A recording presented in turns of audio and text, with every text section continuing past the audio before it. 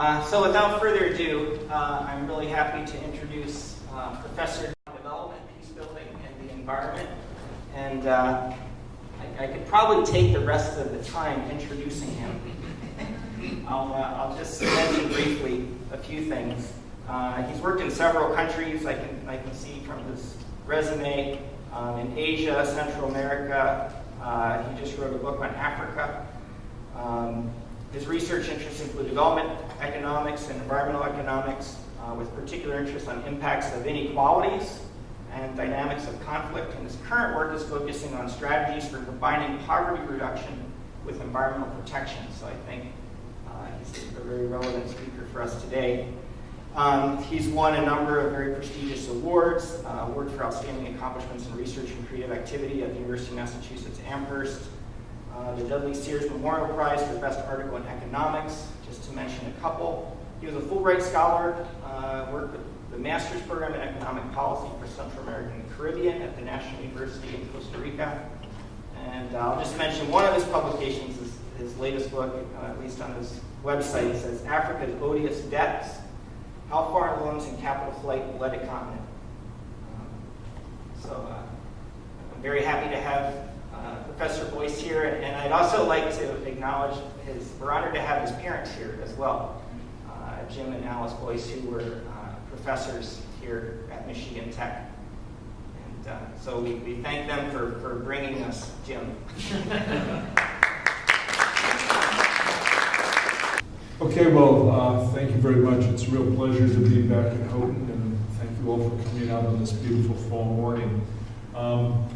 Dave asked me to give a talk that would in some ways be keyed into the Millennium Development Goal 7 and questions of sustainability.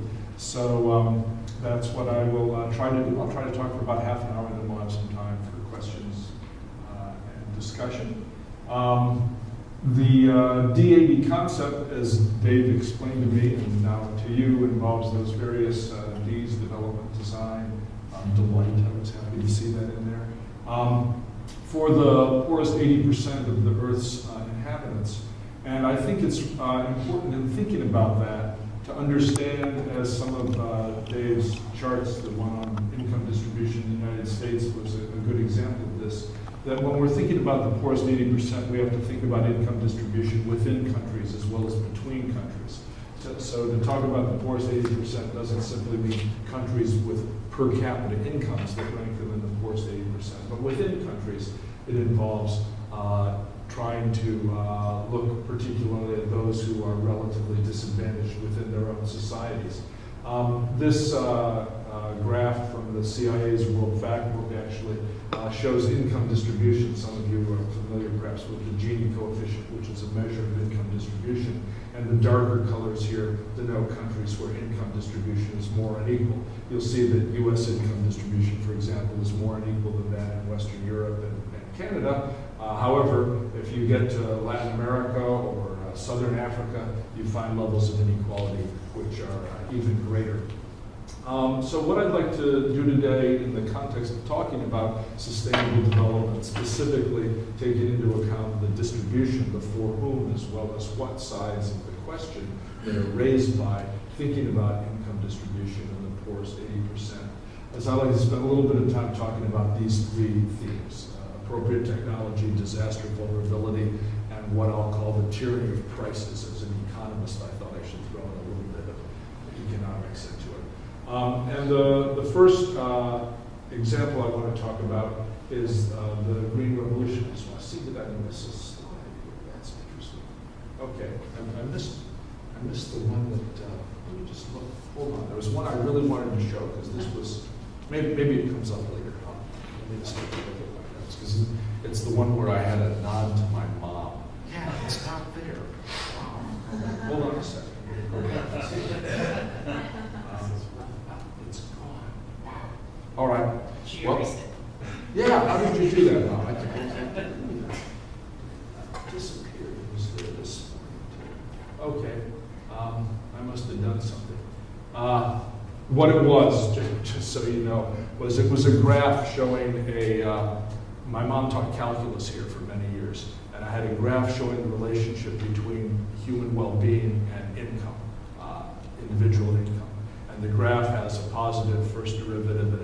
second derivative for all you engineers. So it shows diminishing returns. It shows the diminishing human well-being returns to income. And therefore, gets across the basic point that from the standpoint of translating income gains into improvement in well-being, it's more efficient to try to concentrate those income gains on the bottom 80%, and indeed within the bottom 80%, on those who are towards the bottom of that spectrum, where the bang for the buck, the human well-being bang for the buck, is greatest. I'm sorry I can't actually show you a slide. Say love you. So in terms of the idea of appropriate technology, what I wanted to talk with you a little bit about was the so-called green revolution, which is something that really was the entry point by which I myself became engaged in development many years ago when I worked in India, right at the early days of the Green Revolution. I spent 2 years in India from 1970 to 72 when I was working as a volunteer on the Gandhian Land Reform and Rural Development Project at the age of about 20. The Green Revolution, as some of you know, many of you know I suspect, was basically about wheat and rice. And it was the development of technologies that would vastly increase output of these two key stable grains in developing countries around the world. And it was considered at the time to be a good example of appropriate technology, in that first of all, it was about producing food, which of course is the basic staple, the most important component of the consumption expenditures of low-income people around the world. Secondly, it was a technology that in principle, it was thought it could be adopted by small farmers. It wasn't oriented towards large agribusiness or something like that. Thirdly, it was employment intensive.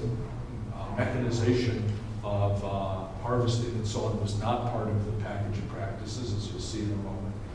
And finally, it was hoped that the growth of incomes among small farmers and even landless laborers who would have more employment could stimulate demand for a variety of consumer products as well as agricultural inputs that would provide a spur to the non-agricultural sectors of economies. So it was, in many ways, quite a progressive strategy for economic development, particularly compared with the kind of capital-intensive industrialization focus that had existed prior to this agriculture-led strategy that began in places like India in the late 60s.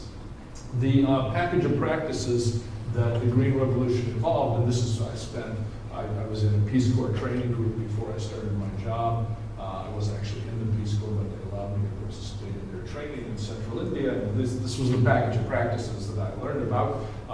The package included the so-called high-yielding seeds, which are better described as highly fertilizer-responsive varieties, since without the fertilizer, they didn't yield as well as local traditional varieties. So it was the seeds, the fertilizer, the application of pesticides to protect these very lush fields from insect pests and plant diseases, to which they were especially vulnerable, given that it was a few varieties that ended up being grown over large areas. So there were problems of what's called genetic vulnerability associated with the adoption of this technology. And finally, water. Irrigation and to some extent drainage and flood control in some places were key elements of the package. So this was the technology that was designed to, and indeed did, vastly increase food production around the world. Countries like India went from being food importers to food exporters with surplus grains rotting in piles on runways when the storage facilities were full. Not to say people aren't still hungry in India, but the reason for that is not that not enough food is available, but that they don't have the purchasing power to buy the food in markets or the political power to get it outside of market channels through various forms of public distribution. So the hunger problem persists, but it's a problem of the distribution of food rather than, in many cases, a problem of the production of food. A few years later, my wife Betsy and I lived in a village in Bangladesh. This was the path leading into our village. Right over there actually is our house. That's the house we lived in, a little bamboo house. And there I learned a lot more about the Green Revolution. Bangladesh is a rice-growing country, as many of you know, in the delta of the Ganges and the Brahmaputra, some of the richest, most fertile land on earth, which is why it's for hundreds of years, been the most densely populated part of the world. Rice is the main staple. This is rice growing here. And while we were there, the Green Revolution was just beginning to arrive in this part of Bangladesh. The so-called high-yielding varieties of rice were being introduced. And one of the key constraints to their introduction was dry season irrigation. The ideal time to grow these varieties was during the dry season when you've got phenomenal sunshine, you don't have problems controlling the level of water that happened during the rainy season.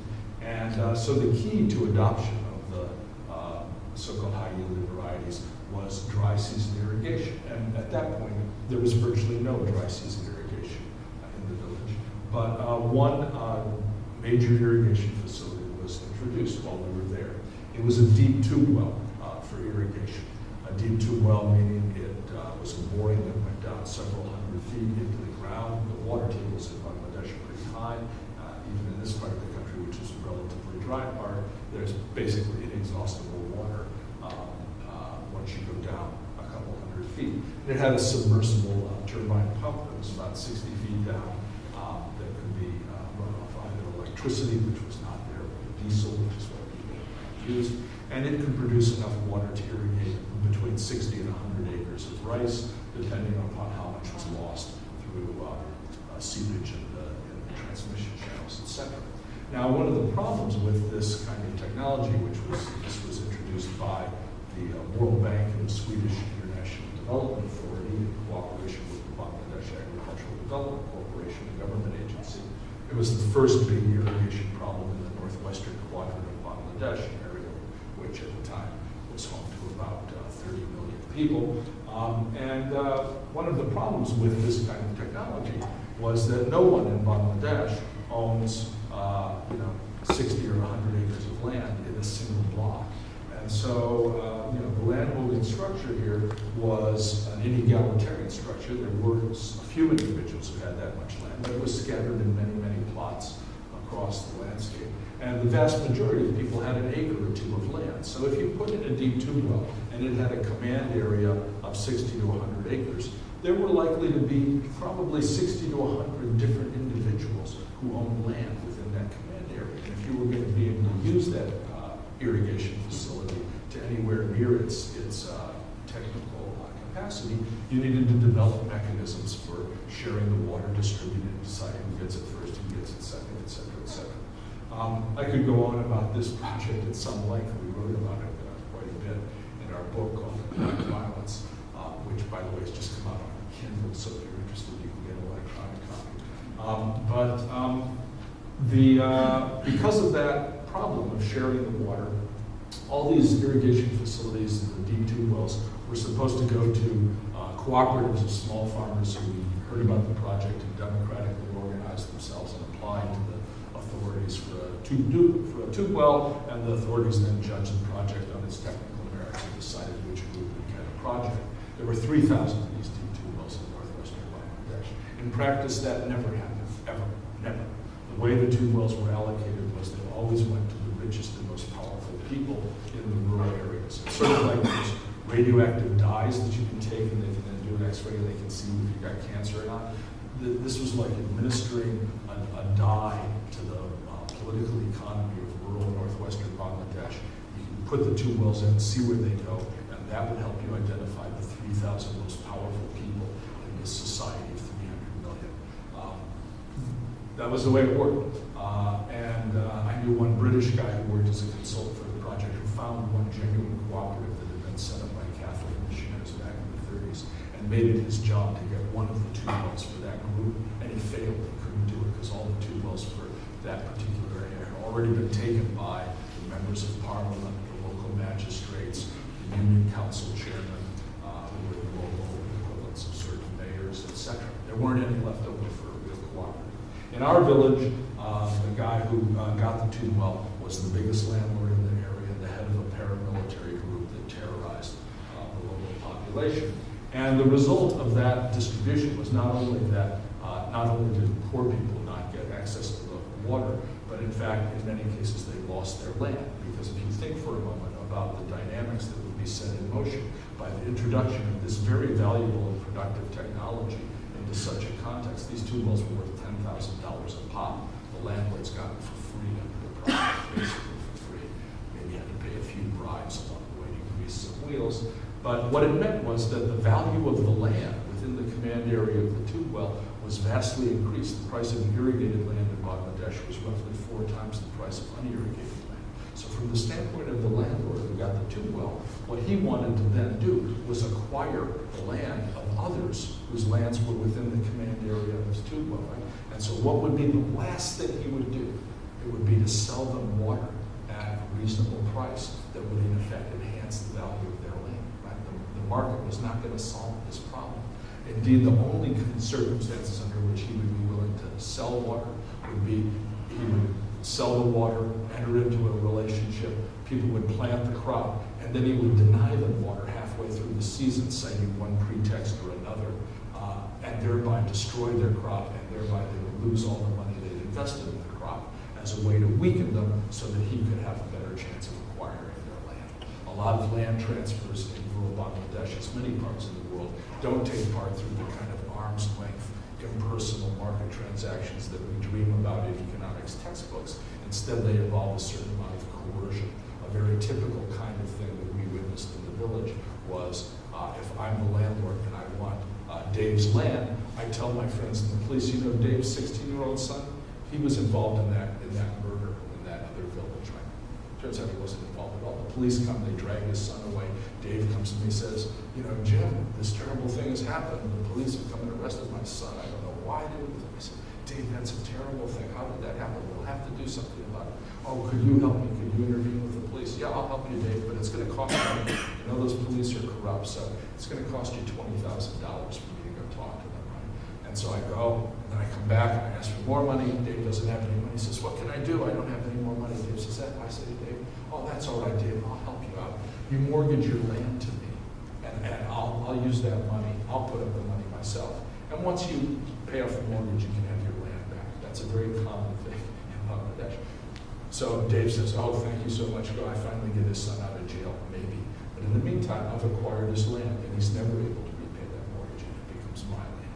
You can call that market transaction if you want. You can call it theft. You can call it coercion. But that's the way a lot of land changes hands. And this sort of bias that turned out being built into the delivery, in particular, of irrigation technology, but also of subsidized credit and inputs in the delivery of green revolution technology, often had some adverse distributional effects. Now, to some extent, there are technical fixes for that. For example, instead of those huge deep tube wells costing $10,000 a piece, one could use more small-scale, low-cost technologies, labor-intensive technologies using local materials like these treadle pumps in India.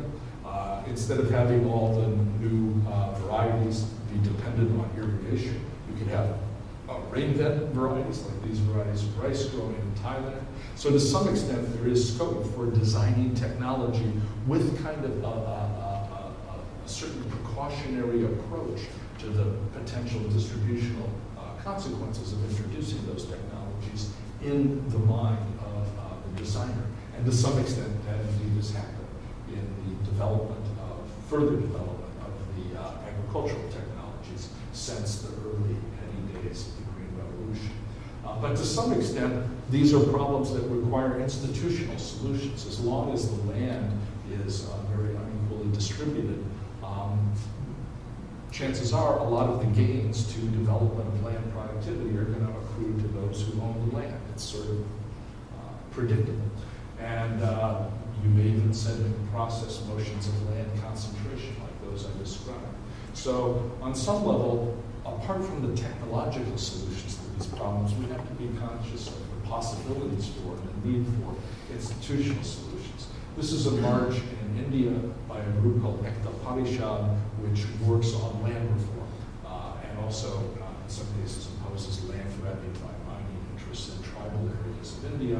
And they're a Gandhian group working in a nonviolent fashion to push for the redistribution of rights to land and other resources in favor of low-income communities, in particular the so-called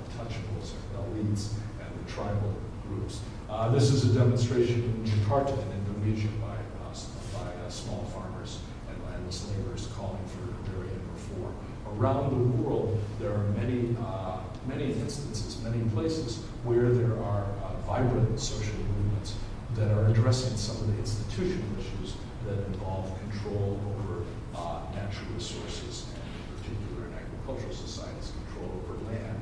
And to some extent, solving those problems is what opens the door for appropriate technology where that's understood as technology that actually delivers sustainable development benefits for the low-income strata of the population. I now want to say a few words about disaster vulnerability.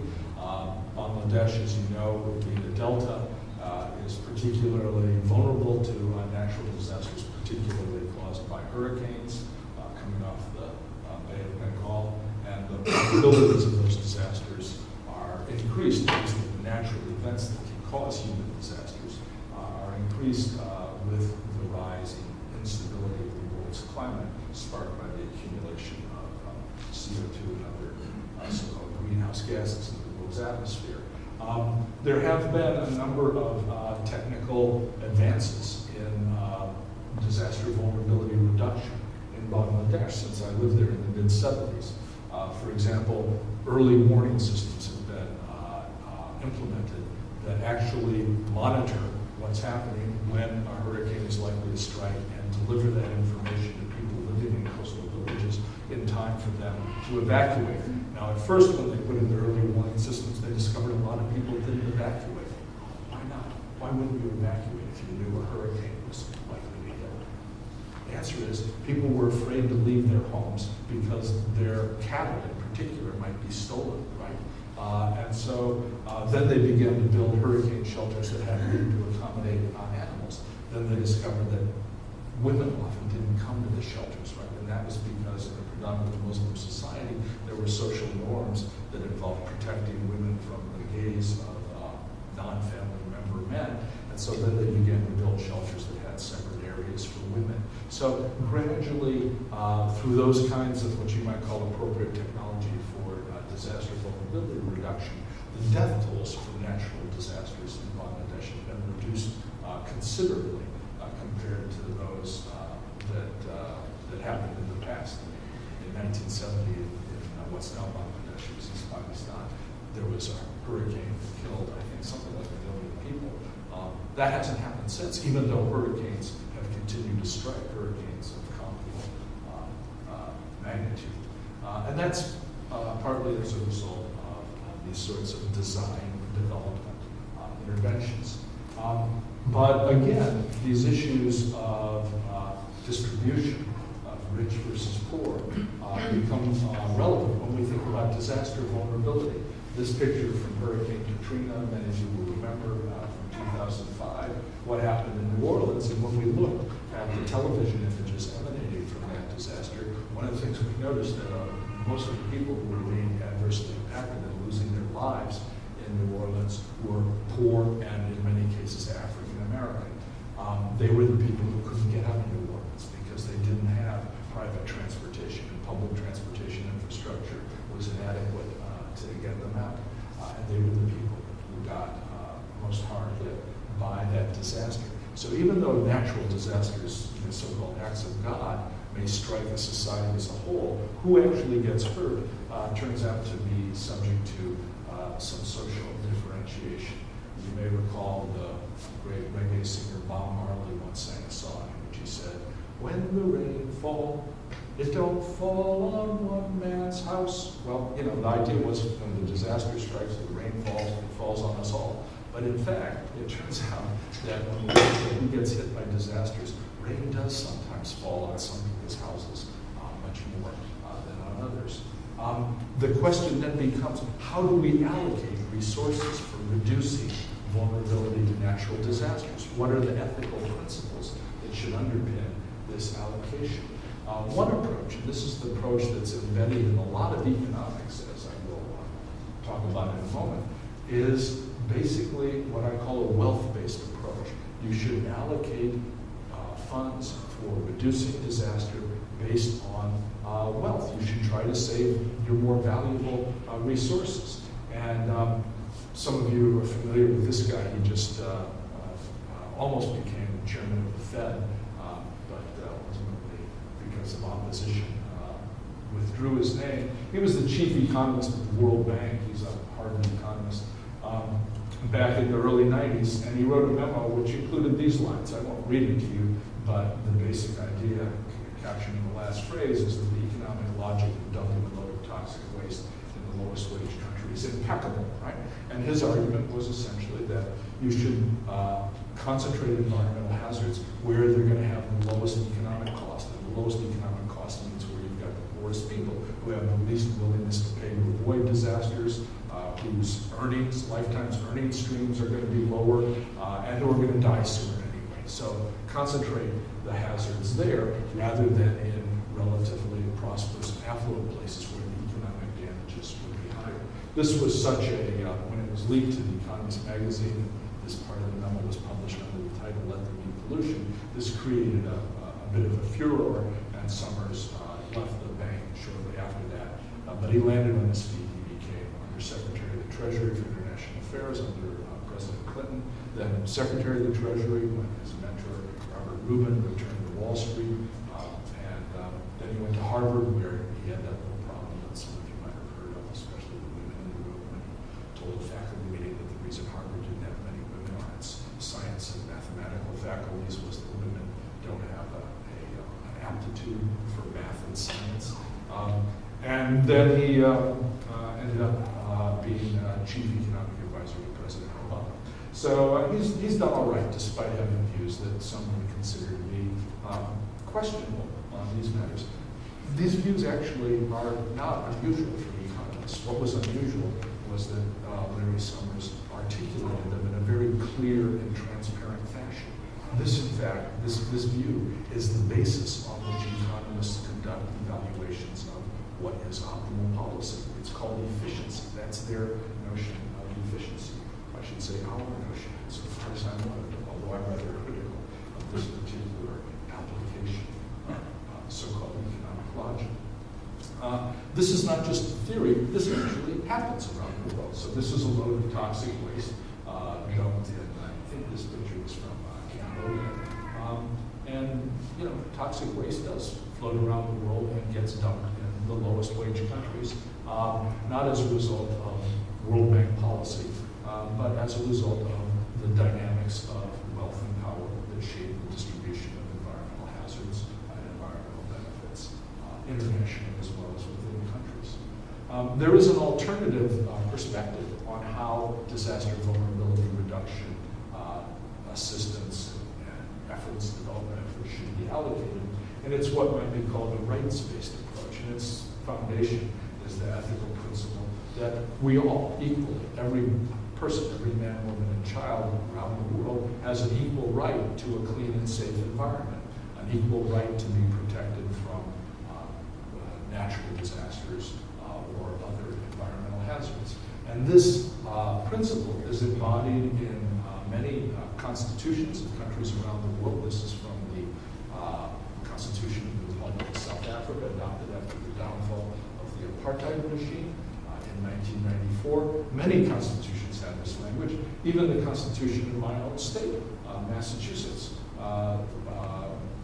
written by this piece, I believe, was written by John Adams, famous Massachusetts patriot. And we in our Constitution in our state also have language that embodies this ethical principle, that we all have an equal right to a clean and safe environment. Implementing that principle doesn't just happen automatically just because it's in a Constitution. It takes a lot of effort to implement it in the face of the tension between that principle and the wealth-based approach that guides so much economic policy. Last, I want to say a few words about what I call the tyranny of prices, and there are 4 basic points I'm going to touch on. First, does everything or should everything have a price? Second, how are so-called externalities, external costs counted in deciding what's efficient? Third, how are the poor counted? And finally, how do we deal with future generations? And I want to just share a little bit about how economics addresses these issues. If I can make this thing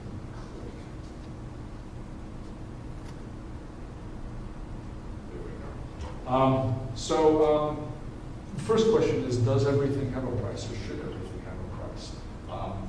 Should we decide what to do about global warming based on an evaluation of the costs of preventing global warming versus the benefits of preventing global warming? Costs are a relatively easy thing to try to get a handle on. Benefits, how do you monetize, put into dollar amounts the value of, having a reasonably stable climate for future generations? I think it can be argued that not everything does have a price. This is a quote that sometimes is attributed to Einstein. In fact, it turns out I've never been able to find any evidence that Einstein ever said it, but there's a sociologist who said it in the 1950s, and somehow people thought, well, it's something better if Einstein said it. So you can find this online.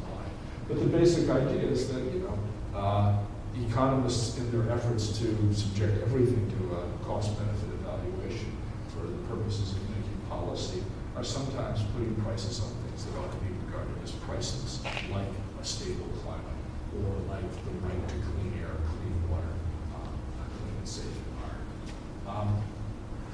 In principle, cost-benefit analysis is meant to take into account of social costs, not just internal costs. This is the difference between social cost-benefit analysis and private discounted cash flow analysis that might be undertaken by a firm. The firm is just looking at what it costs the firm and what are the benefits of the firm and deciding how to make investments on that basis. As a society, in principle, we should take account of, for example, the environmental costs of natural gas energy, relative to the lower environmental costs of wind energy, in deciding which is the right thing to do. And to some extent, that's an application of cost-benefit analysis, where you are putting prices on things that don't actually have market prices. They can be useful if it's done well. However, there's some problems in the methodologies that are used to do this. And one problem involves how we weigh up what benefits the poor versus what benefits the rich. If you think about what happens in markets, the allocation of resources is driven by the distribution of purchasing power. If we ask ourselves, why do we have a plant in Brazil that produces ethanol for automobiles rather than producing, the land being used to produce beans for people to consume? That choice is a reflection of the distribution of purchasing power in Brazil and globally. It reflects the fact that people who drive automobiles have a lot of purchasing power, and through the market that shows up as a high price of ethanol relative to the price of beans, and therefore farmers will grow sugar canning firms will produce ethanol with it.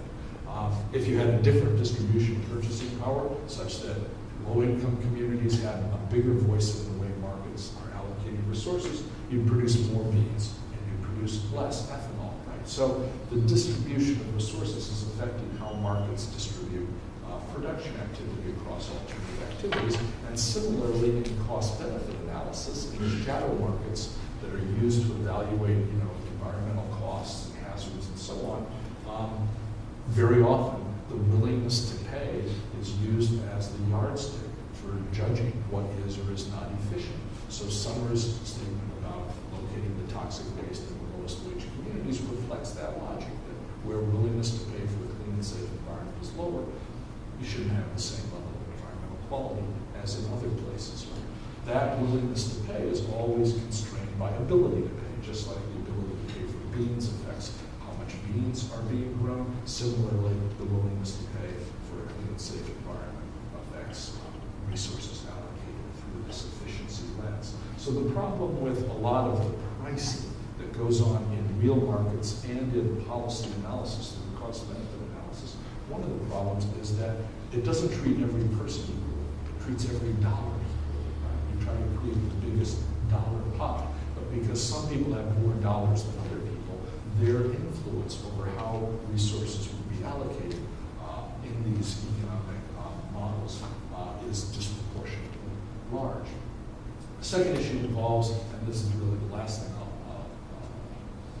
I'll touch upon here, is how we think about future generations when we're making these kinds of decisions.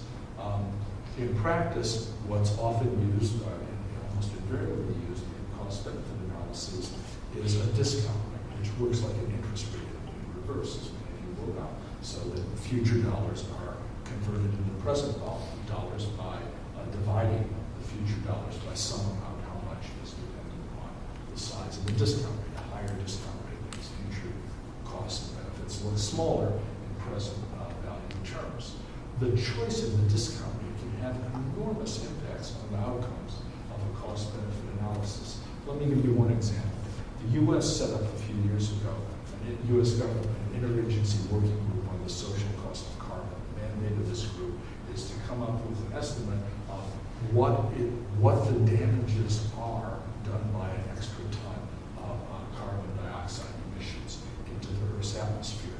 And this is used as an input in making public policy for U.S. policy for reducing global warming. The higher the social cost of carbon, the bigger the damages, the more money it would be efficient for us as a society to spend in energy efficiency, renewables, the clean energy transition.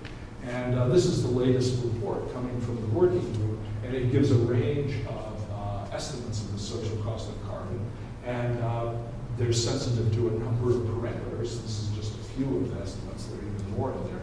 But a really noticeable thing is that whether you use a 5% discount rate or a 2.5% discount rate has a huge impact on the social cost of carbon. This is holding everything else equal, right? Going up from $11 a ton at 5%, which is a relatively high discount rate, to almost 5 times as much at a discount rate of 2.5%. So what that implies is that if we are using this kind of analysis as a basis for deciding whether or not to invest in energy efficiency or renewables like wind or solar power, if we're using this discount rate, we should be willing to invest almost 5 times as much per ton of carbon emissions that we are reducing compared to if we're using the higher discount rate. In practice, a lot of public policy making uses 10% as the discount rate rather than 5. So an even higher discount rate. Basically, with these discount rates, you are washing away the importance of well-being of future generations from our calculations of what is or is not efficient to do. And if you're thinking about things with really long-term effects like global climate change or nuclear waste disposal, where the time frame is centuries, maybe even millennia, as opposed to just the next few years. Basically, using these discount rates in the standard economic analysis pushes all that stuff off the screen. It really doesn't count much. I think from an ethical standpoint, it can be questioned whether we should be using these kinds of economic tools to decide whether or not, for example, to try to save the planet, as it sometimes is put, or more accurately, maintain a relatively stable bound on climatic variations on the Earth for our children, our grandchildren, the generations that come after them. There's still a place for economics in thinking about what to do, but I would suggest that there's a more limited role that economics could and should play, which is what sometimes is called cost-effectiveness analysis. So cost-effectiveness and cost-benefit are different, even though both talk about efficiency. Cost-effective analysis says, okay, here's our goal. Our goal is to keep atmospheric CO2 levels down to, let's say, 450 parts per million. Now let's think about what's the most cost-effective way to do that. Right? So that's an application of kind of efficiency. We're going to try to reach our goal at the lowest cost. But it doesn't use efficiency as the criterion for deciding whether 450 parts per million is a good objective or not. That objective is set by concerns about safety, human rights, sustainability, responsibility of future generations, etc. The goal is not subject to a so-called efficiency test. It's the choice of the means to achieve that goal. Cost effectiveness in economics play an important role, but a more modest role, and I would argue a more appropriate role for a profession to which choices about whether to save the planet should not be cavalierly delegated. So that's where I want to end. In any environmental problem, I think it's important to think of 3 questions. This is the 4 piece of my subtitle. Who wins? Who benefits from creating the problem? If nobody benefited, the problem would not be created, or at least nobody thought they did. Who loses? Who are the people who bear the costs? Nobody was adversely affected. It wouldn't be a problem, at least not from the standpoint of human well-being. And finally, who decides? Who is it that decides what's going to be done? Why isn't that the winners are able to prevail at the expense of the losers in so many cases around the world? Those are the three basic questions, and you all are fortunate in that you are among the people who can participate in making some of these decisions. So I want to thank you for everything you. So I get my last slide. Come on, there you go. I want to thank you for everything that you're doing to try to address what I really see as the fundamental challenge of the 21st century, which is sustainable development for the poorest people who share this planet with us. So thanks very much, and I'm happy to take any questions. How did I do on time here? I'm a professor. I always go.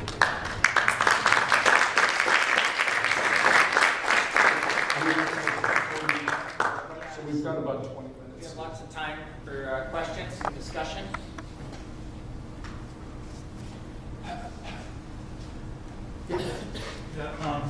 I'm Dave Shiner, the Director of the Sustainable Futures Institute here at Tech and Professor in Chemical Engineering. I was really fascinated by your experience in Bangladesh and how important the cultural and government context of these countries where technologies would be applied. You know, as an engineer, most engineers would focus on technology and say how wonderful this is and it's going to solve all these problems. And then you go into these situations where the technical aspect is totally blindsided by the social situation. And that can be very frustrating for a technologist. But essentially, that's the truth on the ground. So did you learn any lessons from that about how technology can be applied in a more effective way by accounting for Yeah, that's a great question. I wish I had a great answer. I think, to some extent, it's possible to design the technology so as to do a bit of an end run around some of these institutional, political, and distributional hurdles to really help low-income communities that might otherwise exist. But you're right about the frustration levels. I mean, I knew some of the engineers who worked on this Wellbeing project, and they were deeply frustrated, and in many cases pretty cynical, because they had, here's an example.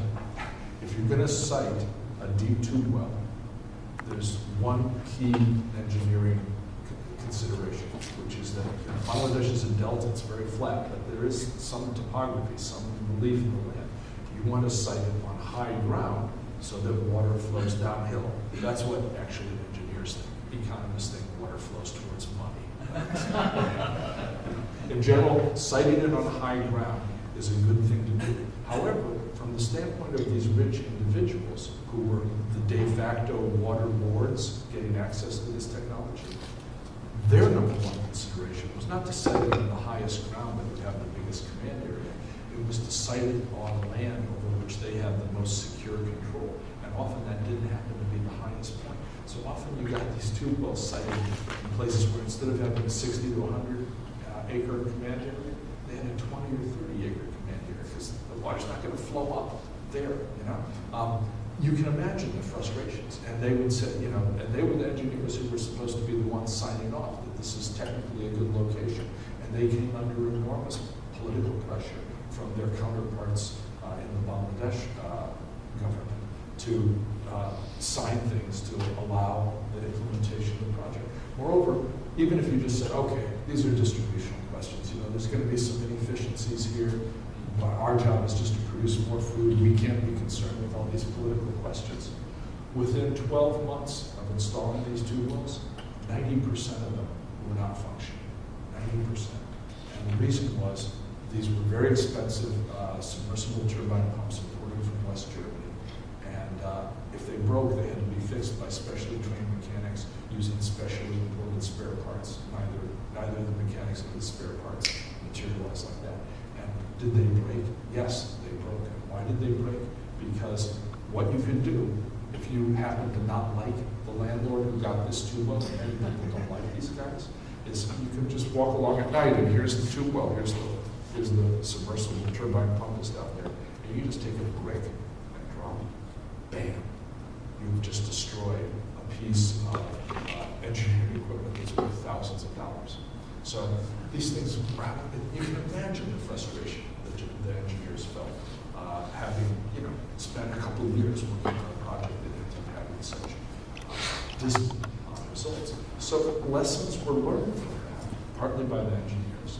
And over the following years and decades, the choice of technology really shifted for irrigation in Bangladesh.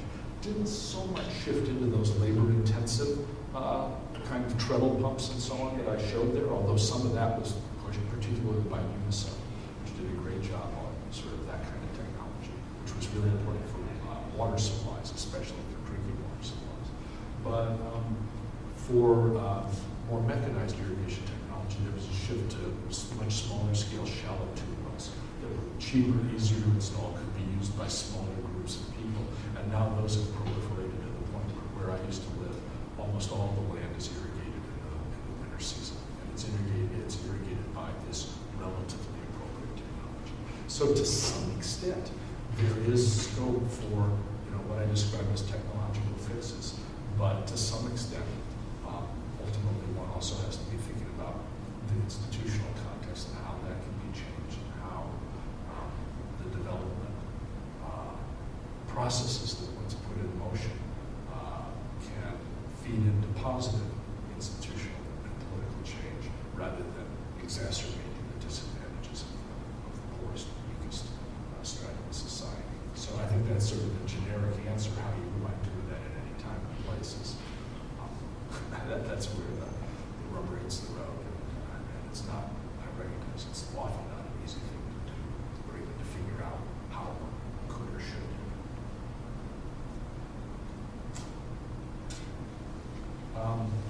Maybe to follow up on that same line of thinking, what do you think the most effective approach is to ensuring that this with the technically superior solution is the one that's done that should engineers? I couldn't quite hear. Did you say? What's the most effective way of ensuring that technically superior solutions are adopted? Should engineers be working more on policy? Should we take economics classes? Yeah. So the question was, how can one ensure that technically superior solutions are the ones that are chosen as opposed to inferior ones? And should engineers be more involved in policy? Those are really good questions. And I think, before thinking about the policy involvement, it's also important to think about what does it mean to say a technically superior solution. Because in certain ways, if one abstracted from all of the messy kinds of problems that are illustrated by irrigation development in Bangladesh, the examples could be multiplied. There might be solutions that on paper appear to be technically superior in the sense that you can irrigate X number of acres for investment of Y, you calculate the ratio to figure out what's the lowest cost way to irrigate the land, right? You assume economies of scale and all kinds of things that would technically exist. But once that technically superior solution is introduced on the ground, it turns out to be an inferior solution. So I think part of the answer is that in thinking about what is the kind of technology that one wishes to advocate, whether as an engineer, economist, or anything else, one needs as much as possible to have a sense of what the realities are going to be on the ground and what the social and political context is going to look like. And also, who is going to be who one wants to benefit with the technology. It's not just a choice of what technology, it's a choice of technology for whom, right? Which gets into all of those questions of how you evaluate what are the criteria. Is it based on the biggest dollar pie, or is it based on meeting people's basic needs and basic rights? These are fundamentally ethical questions to which there's not a technical answer. Right? So I think the first part of my answer would be engineers, like all of us, need to really seriously consider the values or the criteria by which we decide what it is that we want to be advocating as the best strategy, or at least as a good strategy. Maybe the best is too much data, but better than the status quo. That's part of it. Part of it is having figured that out. Yes, I think it's really important to be part of the policy dialogue and not necessarily just be sort of technicians who are taking orders from the government bureaucrats or private firms or whomever that's involved in the choice of technology and the choice of development strategy. I think that's often hard to do, because basically you're kind of, in many contexts, you're a soldier and you're reporting to your commanding officers. And if you don't do what they say, you're not going to, stay in the Army. Well, you translate that in the world of development, and you're a consultant working for a firm that's got a contract to help implement a project.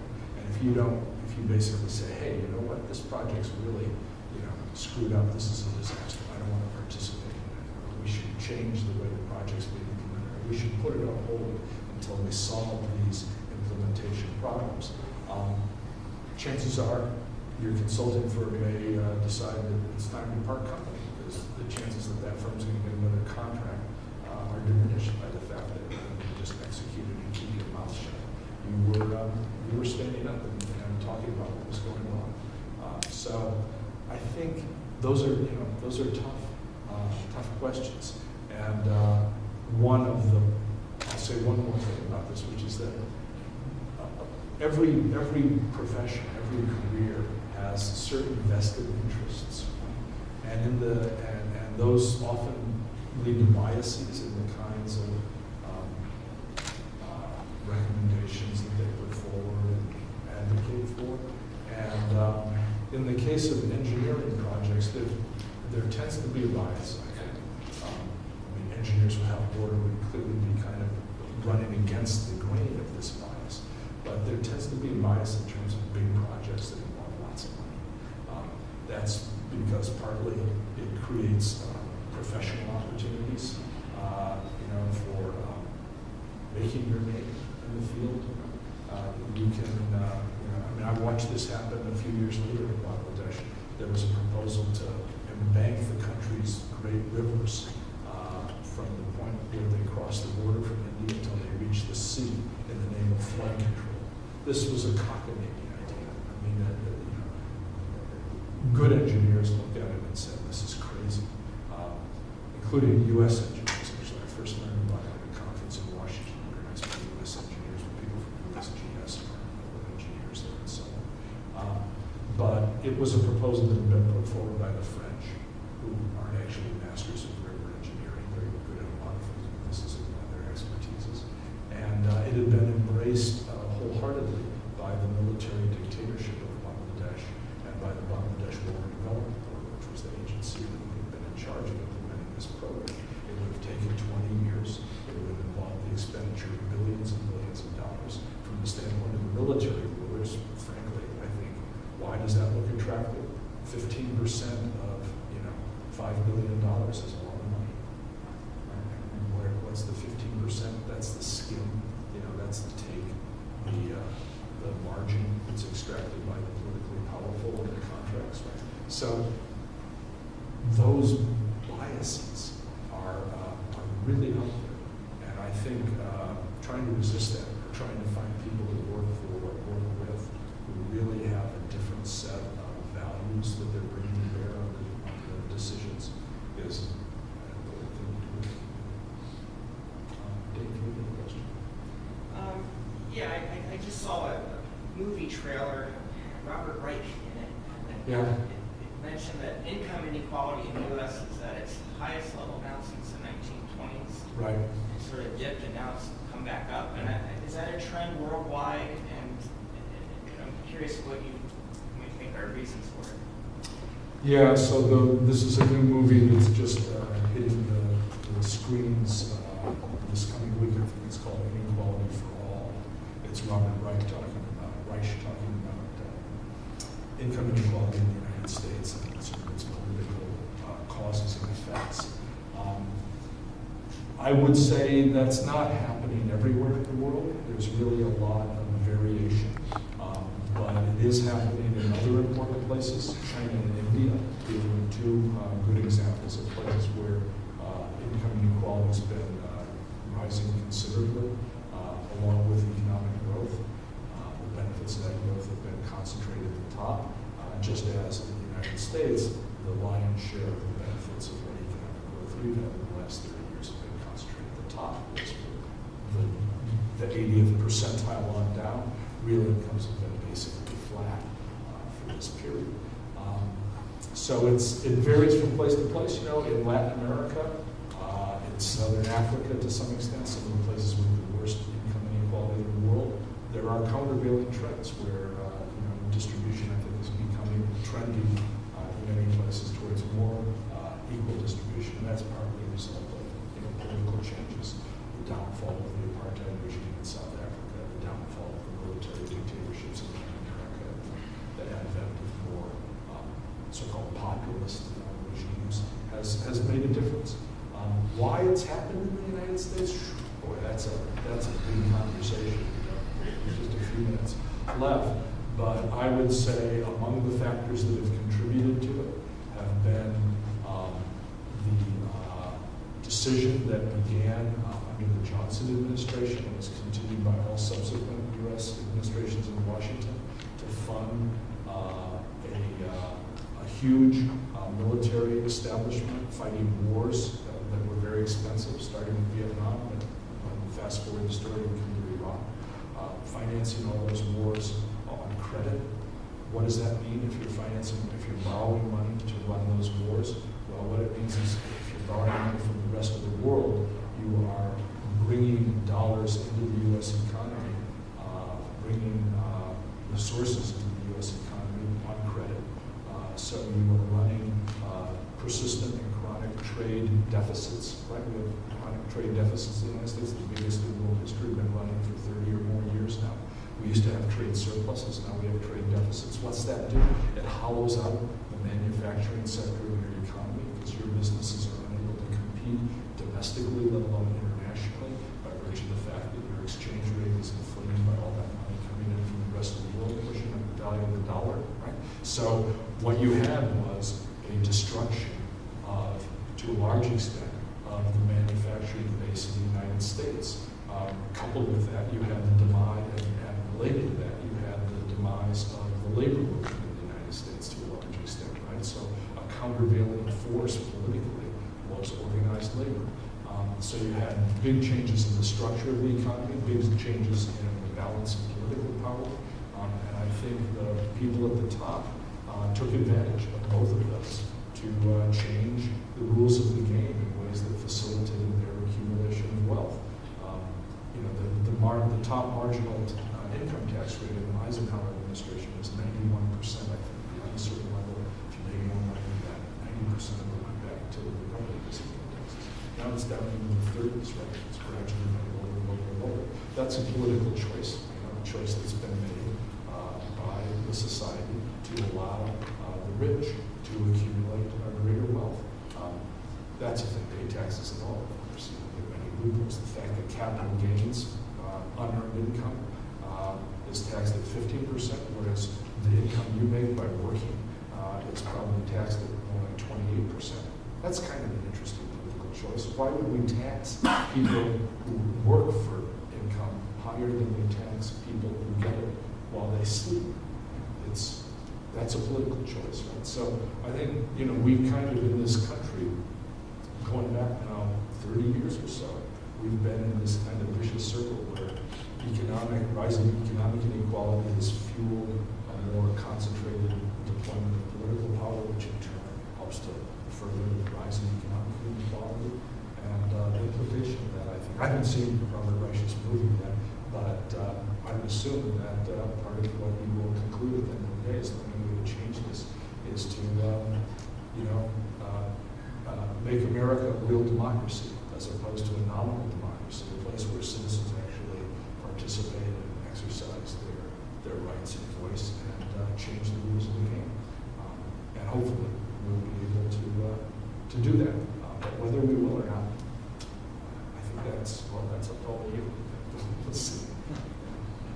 I guess we've got to the end. Should I take one more, or should we wrap up? Can we get a question from a student? Yes. Yes, please. So do you think that if people in that lower percentile, than the 8%, had an opportunity to make more money, that would change things or have an effect on things over time? Yeah, I think that, so the question for anybody who didn't hear it, would it change things over time if people in the bottom 80% of the distribution had an opportunity to have higher incomes to make more money, to get more money? And I think it would change things a great deal, and largely it would change things for the better. I think it matters not only how much money they are making or getting in absolute terms, but because of the political ramifications of income distribution, it also matters how much money they're making relative to those at the top. Right? So there's a relative dimension of incomes as well as the absolute level of incomes, and I think both are important and both are consequential.